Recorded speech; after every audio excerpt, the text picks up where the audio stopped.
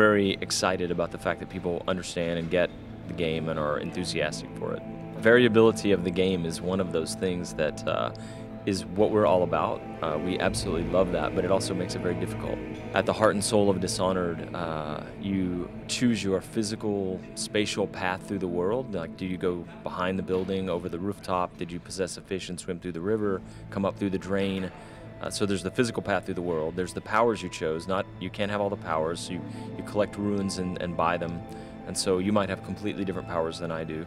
You can use combat or you can use stealth. You can be very direct and take a straight line, or you can explore and fully crawl over the map and do side content and all that. There's also an ethical axis where you can be very brutal and murder everybody, or you can be very surgical and not kill anyone. You can literally complete the game without killing anyone. What this means is there's a big matrix of possibilities. So when you go through the game, it feels very much like your path, right? Like no one else had the exact same path. That variability on all those different layers, it just adds together with all these permutations.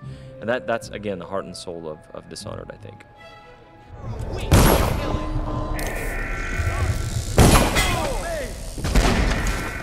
We always said we want the game to be fun after the alarm goes off as well, not just before. We don't want it just to be tense before, and when the alarm goes off you have to reload. We want it to be fun afterward as well. We think that the game handles your actions pretty well. Like, getting busted by a guard is not the end of the world. And I find that, like, the player-imposed constraints are one of the most interesting things about the game. Like, you can play the whole game guns blasting and brutally, you know, that's the action-oriented path. I think is fun. I've done that too. But sometimes when I set the difficulty to higher, you find yourself improvising in all these situations because that constraint, it leads to situations you have to extricate yourself from. And I find that very interesting. There are other ways to play it as well. You know, I don't think it all falls apart if you make a mistake. That's one of the things. Sometimes the mistakes lead to interesting outcomes. Welcome to my party. I don't believe you've had the pleasure. So today we made the announcement about all the voice actors who we participated with, and we worked through a company called Blind Light, and we got this great cast. And we ended up working with Susan Sarandon. She plays the part of Granny Rags, a really interesting character in our world, and she was wonderful, amazing. We worked with Lena Headey from Game of Thrones. She's a character in the world. We also worked with Chloe Grace Moretz from Kick-Ass, Hit Girl.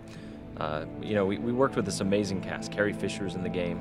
One of the most interesting people in the game is Brad Dourif, who came in just super passionate about video games. The way he approached the character and the way he seemed to care a lot about the world and the details and the player's experience. He was always talking about, like, what is the player going to be experiencing here, which just means he has great instincts for that sort of thing, but it was fun to work with him as well. So.